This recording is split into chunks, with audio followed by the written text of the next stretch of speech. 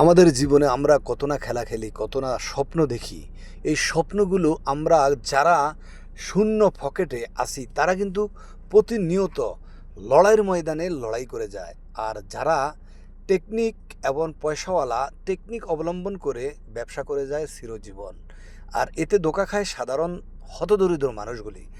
আমি দেখানোর চেষ্টা করব প্রতিনিয়ত পৃথিবীতে যত যত বড় লোক আছে সবাই কিন্তু গরিবের মাথার উপরে লবণ দিয়া সুন্দর মতে তারা কিন্তু বড়ই ঠিকই খাচ্ছে।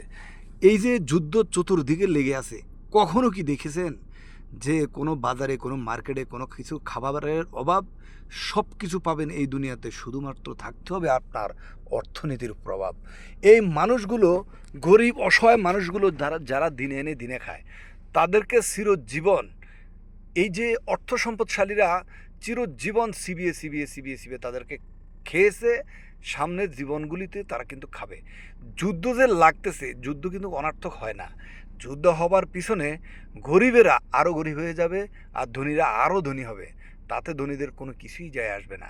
তাদের হবে না কোনো খানার অভাব, হবে না তাদের কোনো জীবনের চলার পথে কোনো প্রভাব। মানুষের মাত্রেই কিন্তু মানুষের মাত্রেই মানুষ ভুল করে। এই ভুল থেকে মানুষের শিক্ষা গ্রহণ করে। আমি যত দূরে আমার দৃষ্টি নজর দেখি, আমি কিন্তু একটাই দেখতে পাই যে আল্লাহর সুমহান এই বিশাল এই পৃথিবীতে মানুষ কত না সিস্টেমের জালে মানুষকে ফাঁসায় শুধুমাত্র নিজেদের স্বার্থে। আল্লাহ সকলকে বোঝার তৌফিক দান করুক। আর সেই সাথে বলবো, অসহায় দরিদ্র মানুষদেরকে একটু দয়া বা একটু তাদের প্রতি যেন একটু করুণা করার মতো প্রত্যেকটি ধনীবানদের অন্তরে একটু শীতল করে তাদের অন্তরকে নরম করে দেওয়ার তৌফিক দান করুক। আমি তুলে ধরলাম আজকের ভিডিওতে যে দেখেন, বাজারে এমন কিছু নাই, এরকম কোনো কিছু নাই, সব কিছুই আছে এই বাজারে। যেই কোনো বড় বড় মার্কেটগুলোতে, সুপার শপগুলোতে সব কিছুই আছে, শুধু নাই মানুষের অন্তর, শুধু নাই মানুষের ইনসাফ, শুধু নাই মানুষের বিবেক, শুধু নাই মানুষের যে একটা রীতিনীতি, সেইগুলোই নাই। কারণ মানুষ সব কিছু করতে পারে শুধু মানুষের নিজের স্বার্থের জন্য।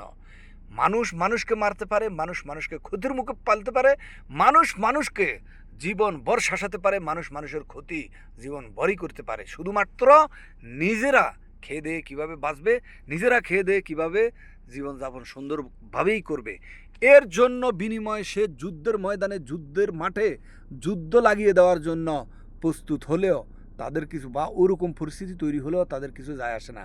তারা ঠিকই যেই কোনোভাবে তাদের জীবন তারা উন্নতি করার জন্য তারা মানুষের ক্ষতি করবেই। আমরা যারা অসহায় দরিদ্রতা ভিতরে আছি, আমরা যারা শূন্য পকেটে জীবন যুদ্ধে শরীর দিয়ে শুধুমাত্র লড়াই করে যাচ্ছি, আমার আফসোস লাগে শুধু একটাই, যে আমরা জীবনভর লড়াই করে যাব। আমাদেরকে চিরজীবন এভাবে লড়াই করতে হবে। তাই আমরা